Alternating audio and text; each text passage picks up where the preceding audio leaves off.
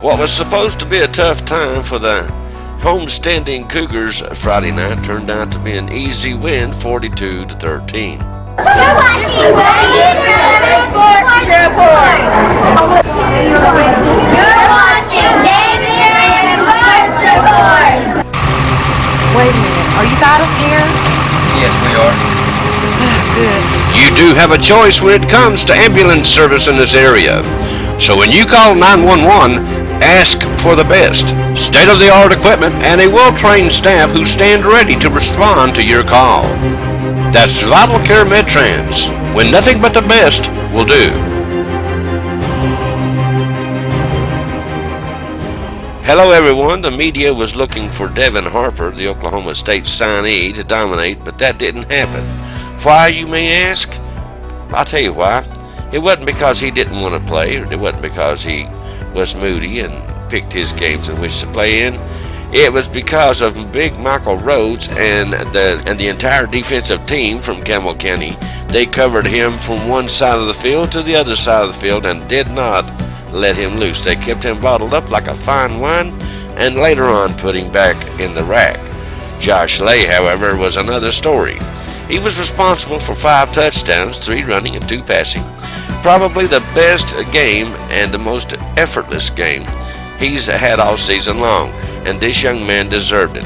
He's been Player of the Week 2 times that I know of this year, and he may very well be another Player of the Week this week, who knows. We started our thumping with Josh Lay running one in, and then another, then Seth Roberts returned one for 90 yards, that's a kickoff, but they called it back on a penalty. I think it was holding.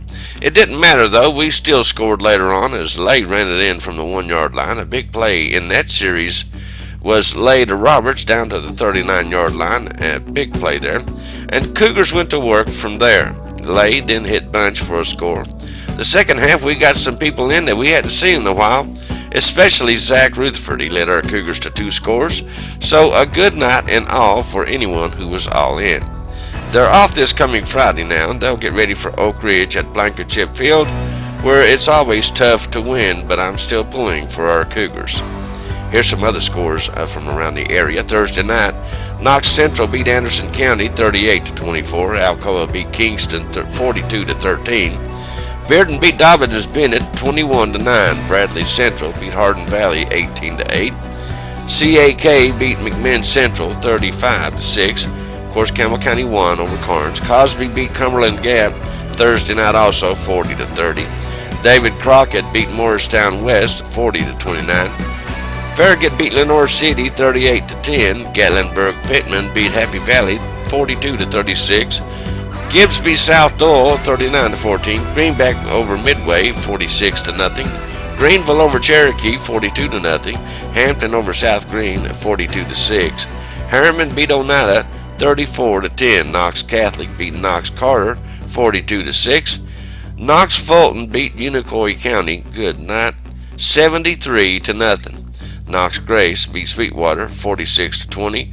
Halls beat Powell 40-33. West beat Heritage 21-20. Marion County beat Bledsoe County 58-10. Maryville beat William Blunt 42-0. Morristown West beat Daniel Boone 50-7. Oakdale beat Unica 40-18. Ooltewah beat McMinn County 41-0. Pigeon Forge beat Chucky Doak 41-20.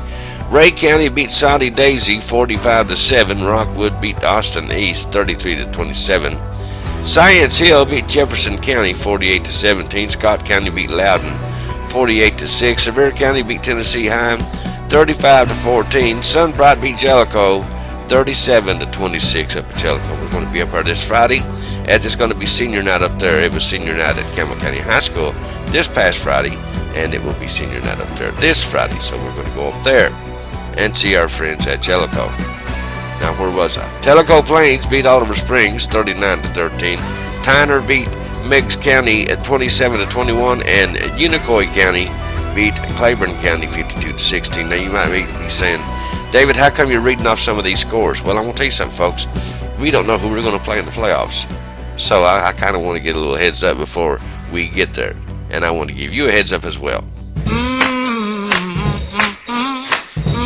Come and see what's cooking at the diner on Jacksboro Pike. Coming soon, a garden fresh salad bar, and of course we have those half-pound freshly ground beef hamburgers, and of course all you can eat specials. And don't forget, we have pastry chef making all those delicious pies and cakes daily.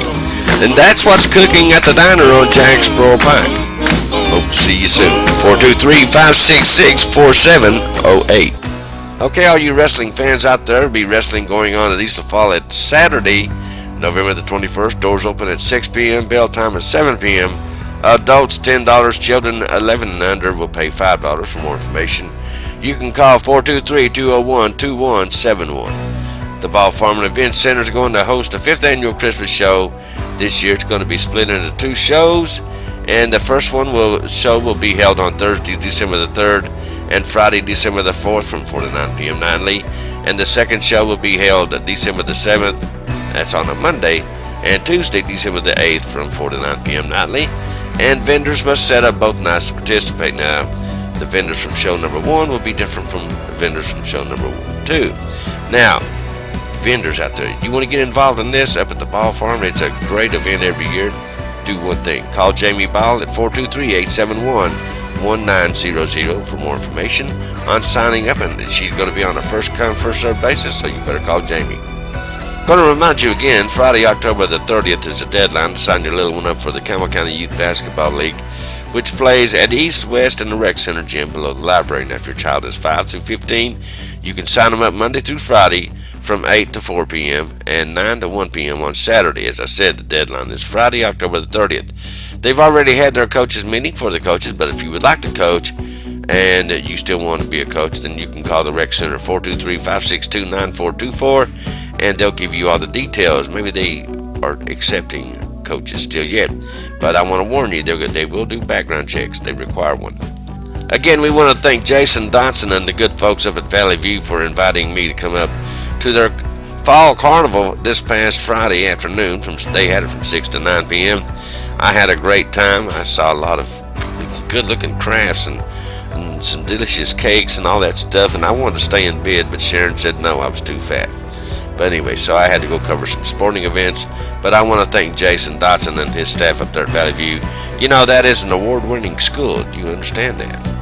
And anyway, but thank you, Jason, for the invite, buddy. I had a blast, and I hope you guys raised a lot of money for them kids. Okay, that's a real good look at today's local sports. I thank you guys for being with us. You guys stay tuned. There's a whole lot more to come right here on WLAF.